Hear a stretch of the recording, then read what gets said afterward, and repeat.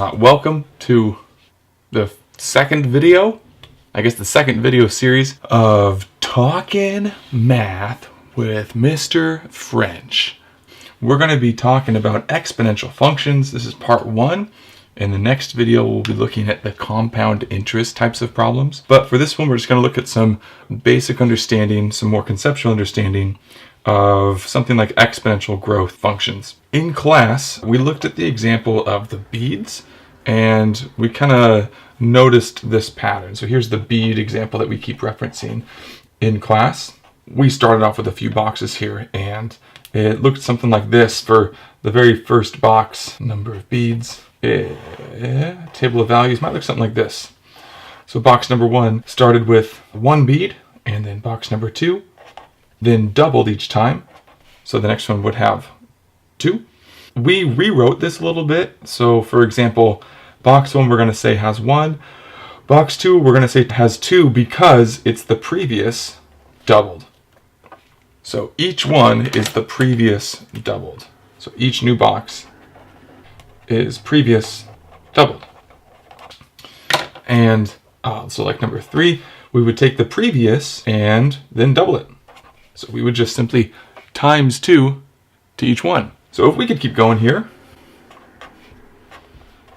we take the previous, so 1 times 2 times 2 is the previous, and then we're just going to double it each time. This is going to get really annoying, especially if I did like what happens at box number 50. You could imagine how many 2's we'd have to write. Well, think about that for a second. How many 2's would we have to write? In this one here at box one, we didn't have to write any 2's. And the reason that we said that, the way that we justified that, is no 2's have to go here because we haven't doubled yet. No doubling occurred at the very first number. So that's going to offset the number of 2's that we're multiplying by each time. So for example, we have multiplied, on the second one, we multiplied by 1, 2, and 2 2's, and 3 2's. So in this case here, since we don't count the first one, we would say something like this. We'd say 1 times 2 to the 49th. We had 49 2's being multiplied all together.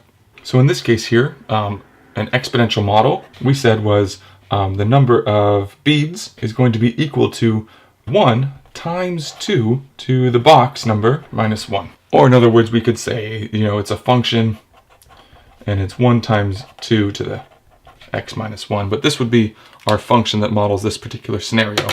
This number here was our initial, so our starting number, and then this number here is our growth rate. So we started at 1 and it doubled each time. So then in class we kind of looked at a few other examples. We said that in general, exponential functions are going to look like this: a times b to the x. And we justified that this a is our initial value and this b is our growth rate. And so we said this was a pattern of exponential functions. Why would a have to be our initial value? Why would that make sense? Well, let's think about another example here. The y-intercept is always kind of like a way that we could kind of consider is going to have a coordinate or an x-coordinate of 0. Another way to think about this is that this is where the function, so like before we have started multiplying, like in our bead example, we kept multiplying by 2. The 0 represents before any multiplication starts. So when 0 multiplications have happened, what was your starting number? And in our example, in this case here, if we made b into 0, well, we know that anything to the 0 has to have a value of 1. So really, that a value is going to be your y-intercept. So we kind of think about it as an initial value. So let's look at an example of exponential decay. So exponential decay is kind of the opposite of exponential growth. This is an exponential model that gets smaller as time goes by. An example of exponential decay that happens quite often in real life is when nobody wants to take the last piece of something. So for example, if there's like Rice Krispie tray in your kitchen or a bowl of jelly beans, you don't want to be the last person to take the thing. Check this out. I mean, I could just take a quarter. Just take a quarter. Now let's take a quarter. Just take a quarter. Just take a quarter.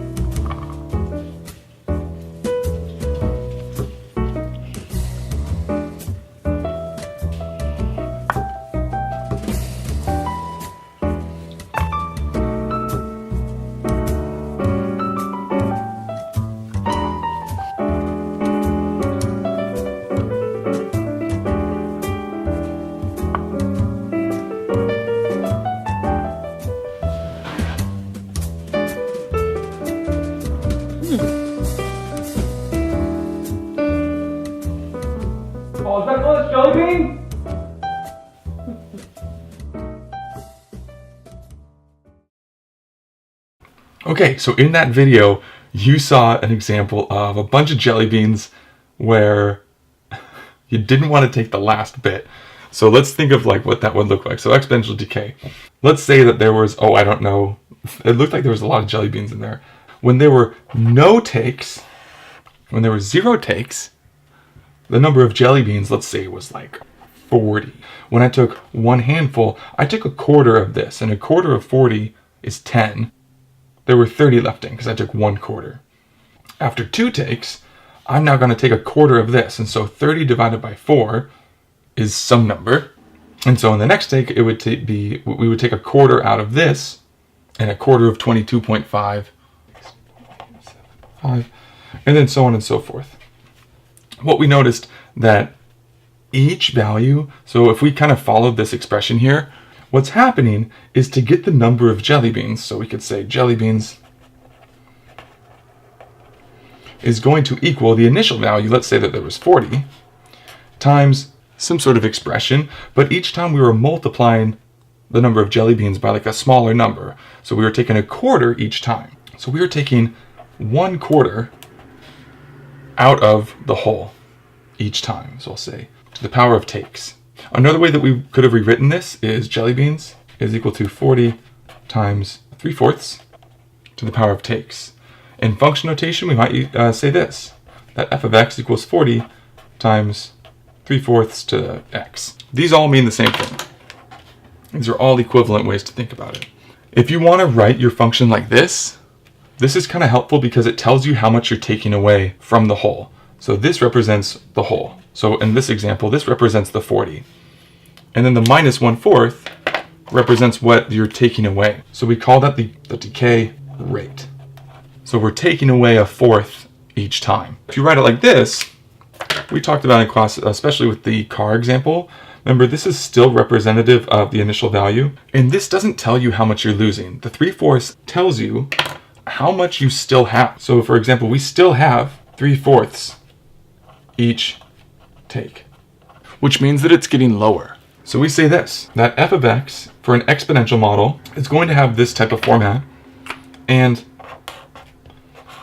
we know that this is always going to be the y-intercept. We know that a is always going to be our y-intercept. And we're going to have exponential growth when this b value is greater than 1. We're going to have exponential decay when that b value is between 0 and 1. That's because in this example, we're going to have all the initial plus more. In this example, when your b value is in between 0 and 1, you don't have all the initial each time. So you don't have 100% of previous amount. That's why it's going to be decreasing, because you'll have like a percentage of what you had last time. So you might have like 50% of your initial amount each time. Okay, so here's like 2 little examples that we could take a look at. Identify growth or decay, and then also let's identify, we should notice that 2 is our initial, and 0.8 is not going to be our growth factor. It's not going to be our growth rate. Knowing that it's less than 1, we should be able to identify that this will be a decay model, but a way that we could rewrite it is this. So it's not decaying by 0.8 each time. We say that it's decaying by 0.2. 0.8 lets you know that you still have 80% of this initial value, but if you rewrite it to see how far it is away from 100%, that lets you know how much it's decaying by each year. So we'd say that the initial value is 2, but its decay rate is 0.2, or you could say that it's decaying by 20%. In this example here, don't let this number fool you. This is still going to be our initial our initial, and then this lets you know that we're going to start with 0.001. Another way we could rewrite this is 1 plus 0.073. The 1 represents 100%. So you still have everything. This represents an extra 7.3%. So this is an exponential growth model. This first one was an exponential decay with a growth rate of 20%. This one was an exponential growth model with a growth rate of 7.3%. So it's increasing by 7.3% each year or for every X. So let's say that you have $9,000. We talked about in class how it's better for you to invest your money. If you're like in the long run, it's better to invest your money because that's going to let your money grow as inflation grows, as the economy grows. And there's a lot of different options. So let's say that you have 9 grand and you want to invest it into an account, and the banker says, hey, at the end of the year, if you give us this money, we're going to let it grow and we're going to give you 2.53% of that back. So here's an expression we could use to identify at what different times throughout the year our money is going to be growing. So let's say X equals number of years. Let's say f of X is equal to the amount of money. So we want this model to predict the amount of money. So we're going to say f of X equals, well, we know that it's going to be in this format. It's going to be in A times B to the X. The A value we've talked about is the initial $9,000 times this B value. And so we just got to think about this. So it's we are gaining money. So we're certainly going to have 100% of all of that $9,000. We're going to use this here, this 2.53%. Then we're going to put that into our expression here. So we're going to say that we're going to have 100% of our money plus 0.025. Or we could also write f of X equals 9,000. And now we can use this to kind of make some predictions. So for example, if I wanted to find out how much money will I have after 4 years, plug in 4, and I could find out that that's going to equal. So this would say at the end of 4 years, I would have gained about $900. So you can use it to start making predictions.